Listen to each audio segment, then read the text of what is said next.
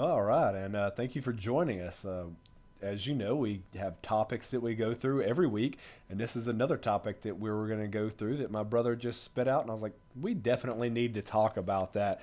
I think it was something to the effect of that our problems aren't exactly what they seem because we have such a large picture going on that we can't see it or ever even think about the largest picture that we can really fathom. So without any further ado, why don't you just give me the whole question again, and then we'll invite our viewers to tag along with this. I was just saying that sometimes we get all consumed inside this bag of flesh here, and we think this is the only issue, and and we don't pause enough to try to figure out solutions. We don't. We get overwhelmed, but if you take a little step back, take some deep breaths, and then all of a sudden you think, well, wow, that sure is a pretty sky. Wow, I'm on a rock that's like a rocket, and I'm flying through space at this around another flaming rock, and while I'm flying around that rock, I'm also spinning, and then the rock I'm flying around is also moving really fast in another direction. So I'm keeping up with that speed while I'm circling and spinning all at the same time, with all the other dangers of the universe and all the magnetic fields and all the little Planck energies in the ether interfering with and giving and taking our information from us. There is a lot to contemplate, and even though that doesn't immediately solve the issues at hand in our personal lives, it does allow us to humble ourselves some. Even whenever we think we've conquered our problems and we think we're over the top and we have a lot of vanity and pride and we act, oh, I'm good. I had a good work day today. I did better than those people, or I did this or that.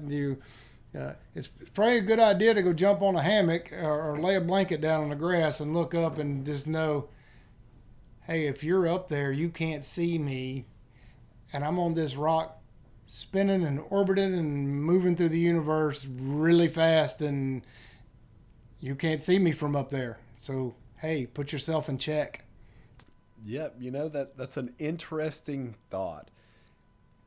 They were on a rock, traveling around a ball of fire, spitting with other balls of rocks and alleged gas giants with meteor fields, quasars, black holes, dark energy, loop theory, string theory, net theory, whatever else has come up, right? And, then we're worried about our little problem. But then when you get closer to Earth, and, all right, so we could have a sunburst that could kill us. We could have just a meteor that could come wipe us out. It's happened before. Then we get a little closer. It's like, okay, well, we've got a plastic thing floating in one of the oceans that's the size of Texas. Then we get a little closer, and it's like, man, what kind of arcane rules are we being subject to? How are our freedoms being taken away here, and our freedoms being taken away there? And then we get a little closer, and you in your own life, and you're like, man, I don't have time to do this task. I don't have time to do that task. Or I would love to have more time to do this. And we get a little closer and go back in time, and then you can think about all the things that technology has given to you and how it's made your life easier. And then we get a little closer and closer to our own beginning. And at one point in time, we were that one lucky sperm that out chased or outbeat and had the competition to the egg of like 100 million other ones. So I think when life really gets you up or down, you can think, at one point, I'm really down right now. I got to think. At one point, I hit the genetic lottery, and I actually was the sperm that got to the egg. There was like a 1 in 400 million chance of me not getting here. And then when you're on top of the world and you think you control everything, you can just think and remember that, you could be wiped out by a rock or a truck going down the road. You can think you have everything put into perspective, and all of a sudden, you get hit by something, a truck. Like, that's one of the fun things that I like to ask people, what do you think about what's going to happen when you die? And when somebody asks me the same question, what do you think is going to happen when you die? always say, why go chasing for answers that are going to find you eventually? And they might find you in the form of a Mack truck.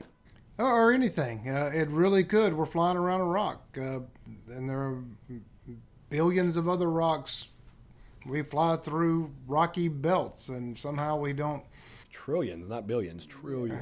We don't collide with them, or collide with the ones that can actually cause us a lot of harm in recent past. So it's an interesting proposition that we should all think about whenever we feel like we're on top of the world, and when we feel like the world is crushing us from the shoulders down.